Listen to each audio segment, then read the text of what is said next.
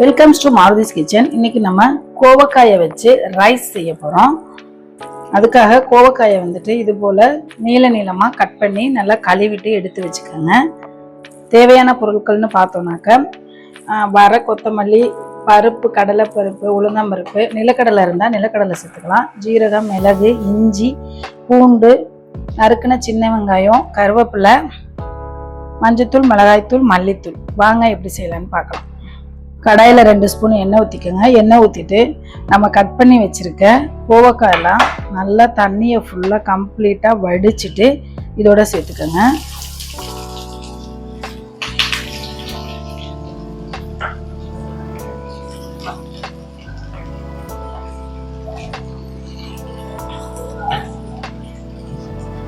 First இந்த கோவக்காயெல்லாம் நல்லா fry ஆகிற வரைக்கும் நல்லா வதக்கி விட்டுக்கலாம். நல்லா சுருண்டு கலர் சேஞ்ச் ஆகி வெந்து வரணும், அது வரைக்கும் வதக்கிக்கோங்க.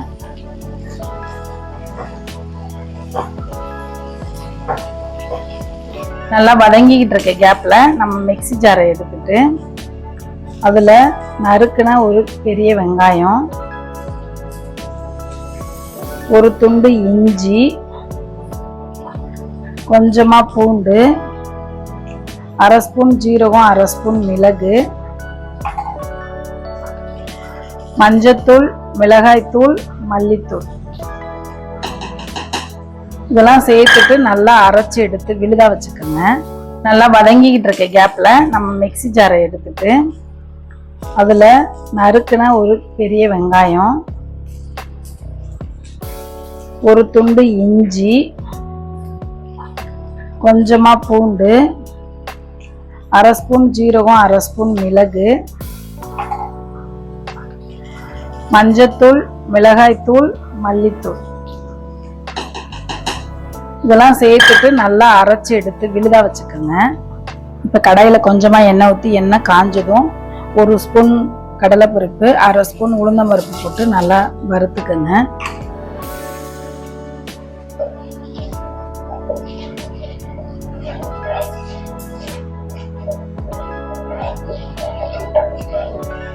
லைட்டாக பொன்னிறம் ஆனதும் வாசனைக்காக கொஞ்சமாக வர கொத்தமல்லி சேர்த்துட்டு 1/2 ஸ்பூன் சோம்பு, 1/2 ஸ்பூன் கடுகு, ஒரு காஞ்ச வரமிளகாய் இதை போட்டு நல்லா பொரிய விட்டுட்டு நல்லா கடுகெல்லாம் வெடிச்சு வந்ததும் நம்ம சின்ன சின்னதாக கட் பண்ணி வச்சுருக்கோம் பூண்டு, அதை இது கூட சேர்த்துக்கலாம்.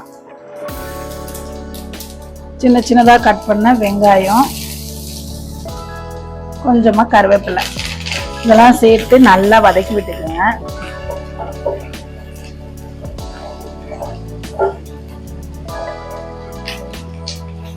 இதெல்லாம் நல்லா வெந்து வந்ததும்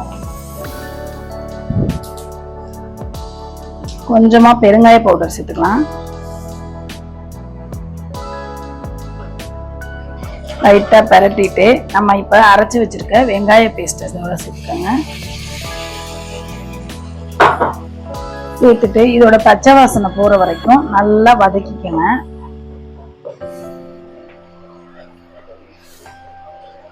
மிளகாத்தூள், மல்லித்தூள்லாம் நம்ம பச்சையாக தான் போட்டிருக்கோம், வதக்கலை. அதனால அதோட ராஸ்மெல்லாம் போகிற வரைக்கும் வதக்கிக்கலாம். இது மாதிரி நல்லா கொதி வரும் பொழுது நம்ம இன்ன வரைக்கும் உப்பு சேர்க்கல, நம்ம எந்த அளவுக்கு சாதம் எடுத்துக்க போறோமோ அந்த அளவுக்கு நம்ம உப்பு சேர்த்துக்கலாம்.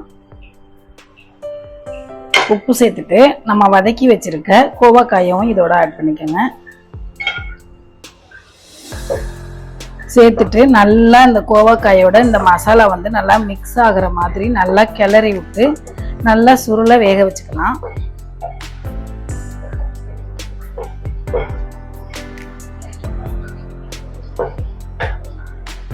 தண்ணியெல்லாம் சுருங்கி நல்லா எண்ணெய் பிரிஞ்சு இது போல வெந்து வந்ததுக்கு அப்புறம் நம்ம ஆல்ரெடி வடிச்சு வச்சிருக்க சாதத்தை இதோட சேர்த்து சாப்பாட்டை நல்லா ஆற வச்சிருங்க. ஆற வச்சுட்டு இது கூட சேர்த்து கிளறிக்கலாம். அவ்வளோதாங்க. நல்லா கிளறிட்டு மல்லி இலை இருந்தால் மல்லி இலை தூவிக்கங்க. நான் மல்லி இலை இல்லை, அதனால கருவேப்பிலை போட்டிருக்கேன். நீங்களும் இதே மெத்தடில் செஞ்சு பார்த்துட்டு எப்படி இருக்குன்னு சொல்லுங்கள். வீடியோ பிடிச்சிருந்துச்சுன்னா லைக் பண்ணுங்கள், ஷேர் பண்ணுங்கள், கமெண்ட் பண்ணுங்கள். மறக்காமல் பெல் ஐகானை கிளிக் பண்ணிவிட்டு மாருதிஸ் கிச்சன் சேனலுக்கு சப்போர்ட் பண்ணுங்கள். பாய்.